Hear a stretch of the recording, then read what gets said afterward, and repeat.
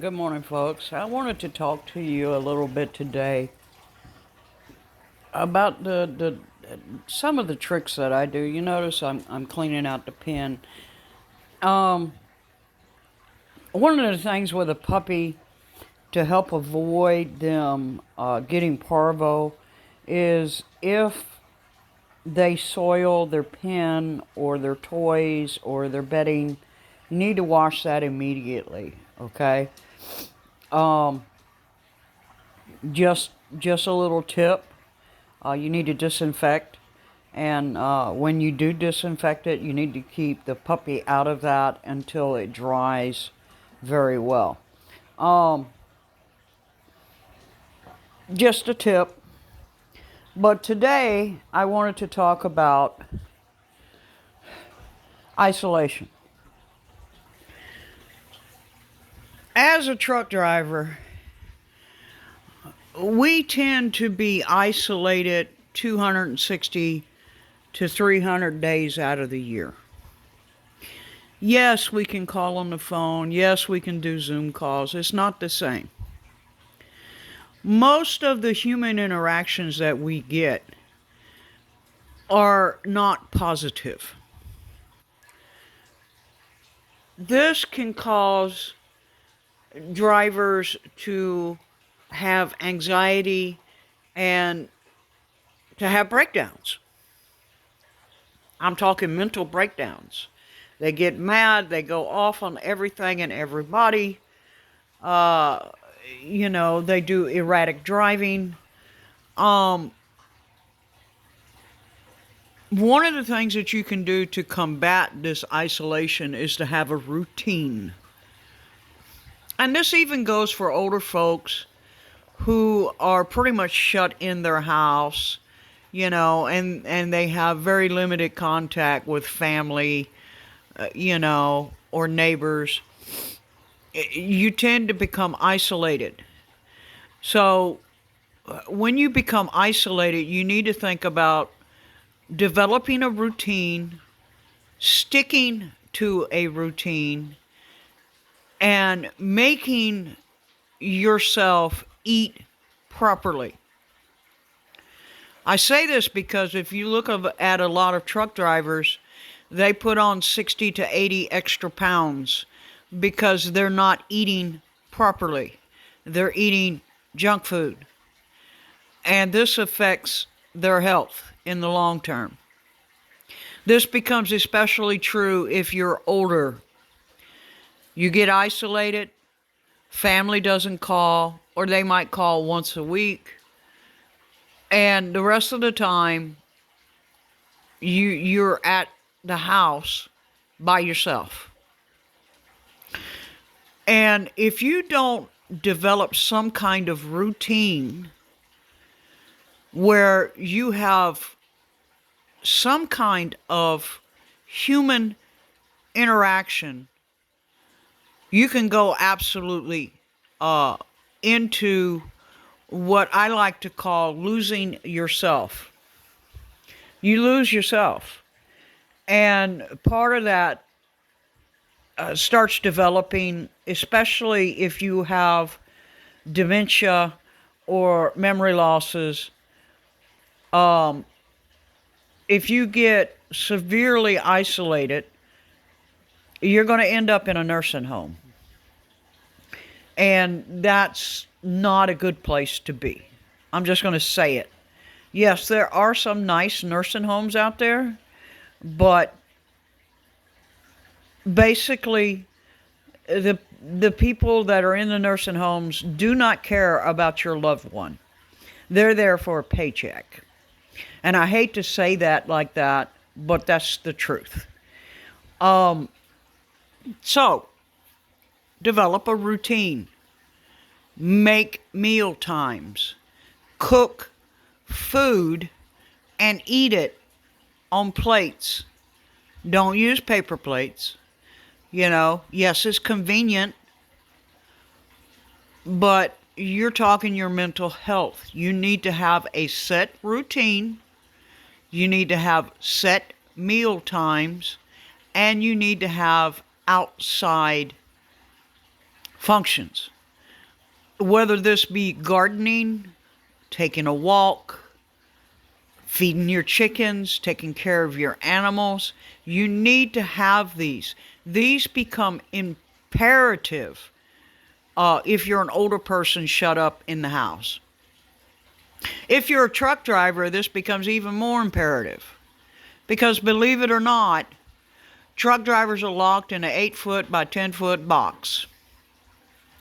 They have dispatchers screaming at them, when you going to be there? When you going to be there? You've got DOT screaming at them, well, you got a light out, right? It's never a positive interaction.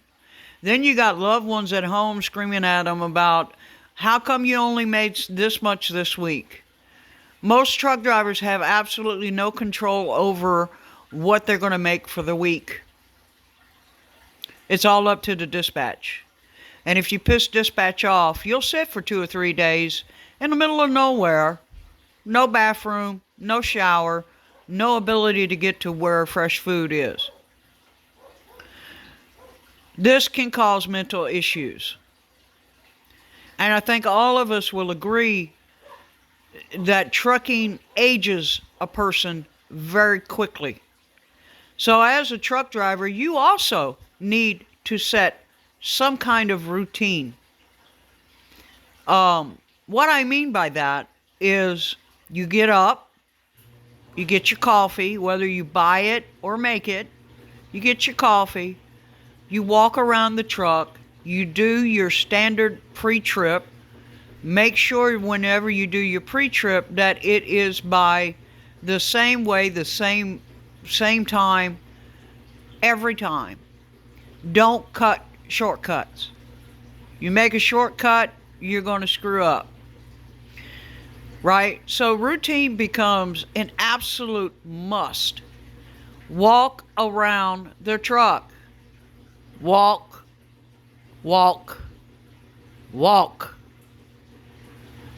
Now, this becomes especially hard when you're in areas that are unsafe.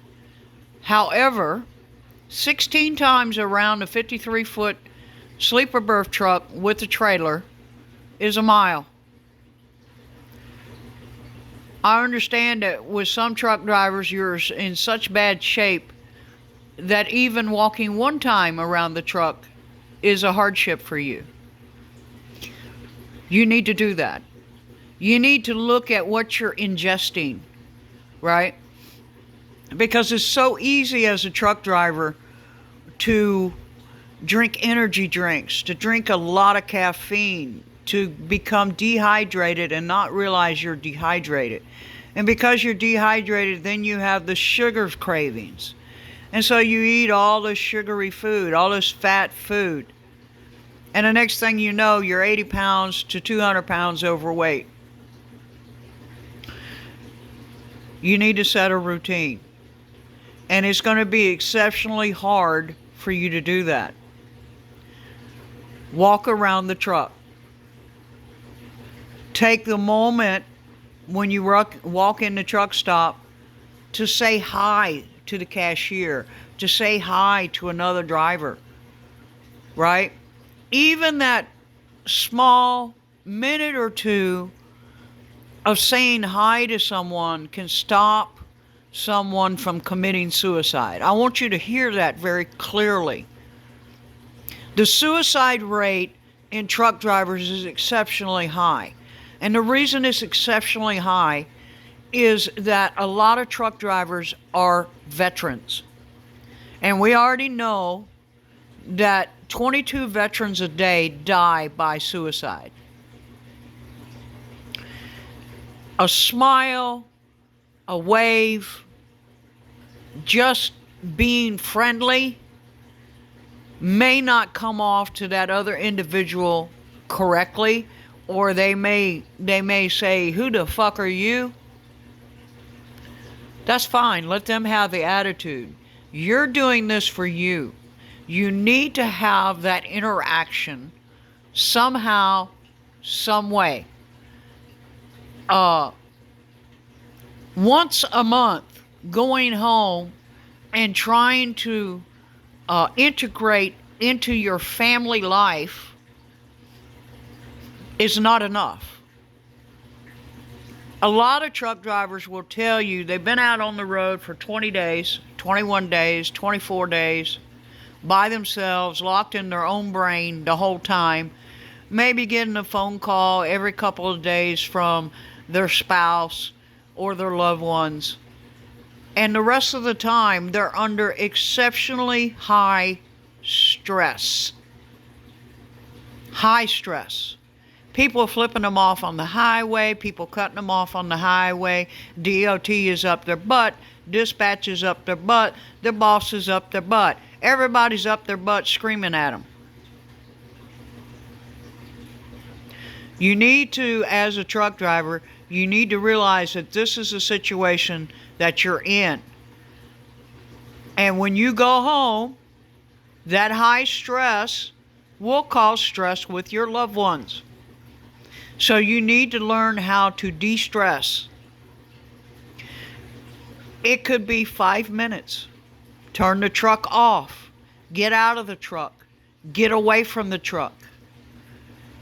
I cannot tell you how many times driving over the road I felt like I was a slave and a prisoner to the truck.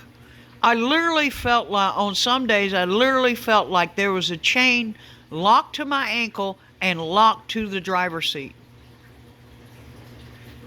This is what we go through as truck drivers. For people who are not in the trucking industry, they don't realize this. If you've had no interaction with an over-the-road truck driver, you have no clue that this is what's going through their mind. They're mad at dispatch for not giving them long runs. They're mad at dispatch because all they're getting is short runs, which in effect hurts their paycheck. They've got their spouse breathing down their throat because this bill is due or that bill is due, or Tommy needs new shoes, or the list is intense. You need to get out of the truck. If you just stay in that truck 24/7 for 24 days, you will die in that truck. Either by your own hand or from a heart attack. That's the truth. I've seen so many drivers who become so isolated, they can't even talk to people anymore. That's a sign of mental problems. So you need to get out of the truck. You need to get out of your house. And you need to have some kind of interaction with people. Good interaction. Not just a FU interaction. You need to have good interactions. This is absolutely needed for your own mental health. Because if you stay isolated, you'll end up killing yourself without realizing that that's what you're doing. Because you're going to stop eating regular meals. You're going to start just snacking all the time. And for a while, yeah, it's no problem. But eventually that all adds up. And it starts to affect your mental intelligence. It starts to affect your mental decisions. And I don't want to see anyone die and be found in a truck stop dead in the bunk.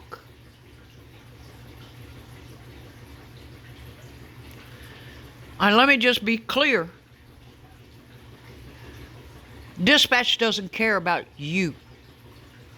The only thing dispatch is worried about is the load.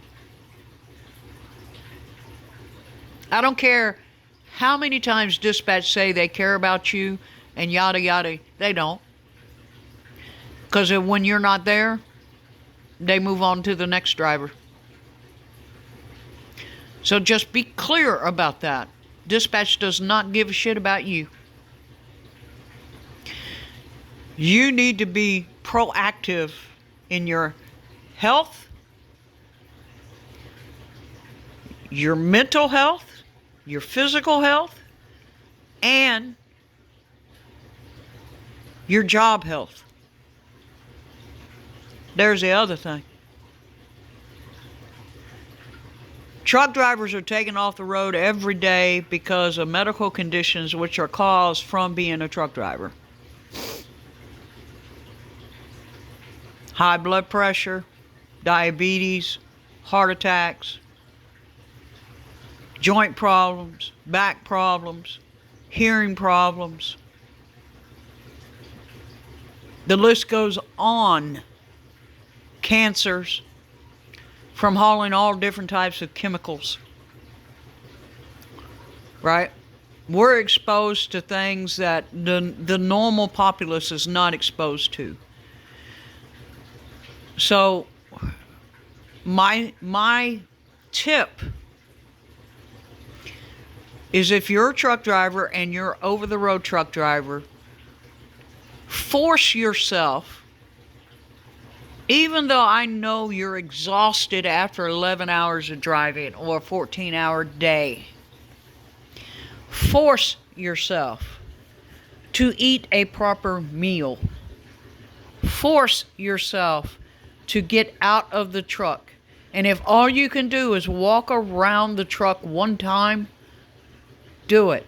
Keep doing it every day. Force yourself to smile at another driver, to speak to another driver, to have that social interaction. You absolutely need it, whether you want to admit it or not. If you're an older person who's retired and is by themselves, alone, in your house, and your house starts feeling like it's becoming a burden, you need to get a routine, and you need to get up with people and have social interaction. Talk to other people your same age, talk to your neighbors. Just do a routine, something you enjoy doing. And I don't mean sitting in front of the TV watching a TV show. I mean, get out and do something that you enjoy doing. Whether it's just walking to the mailbox and back. Whether it's going out and planting a garden and watching that garden grow. Right? Whether it's having an animal and getting through the routine of taking care of that animal. Right? And you need to have people that you can call at the drop of a hat in case something happens. Now, if you're an older individual, I highly, highly recommend that you get the little neck chain where you can push the button in case you have a trip or a fall or something of this nature, and you can get help to you immediately. Because this happens a lot. And if you're isolated and your family's only calling you once a month, you could die in your house just because you couldn't get up. Don't be scared of asking for help with things. Help mowing the lawn. Help, help. Just somebody to go, I don't know, go have coffee with once a week. You know? You need to do these things because it helps keep your brain functioning.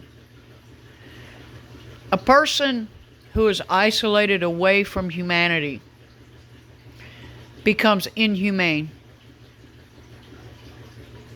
I've seen it many, many times. Right? uh, people no longer are people, they become objects, right? So that's my tip for today. And I know it's a little bit off kilter, but I felt that this needed to be put out because you can get lost in your own mind and start living a fantasy dream, and then it becomes reality to you, and it's not real. And it it's something that people don't talk about, but elderly people live through it daily. Bicycle.